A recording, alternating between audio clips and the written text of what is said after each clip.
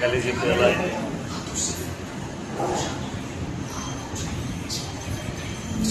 ಹೇಳ್ತಾರೆ ಏನು ಹೇಳ್ಬೇಕು.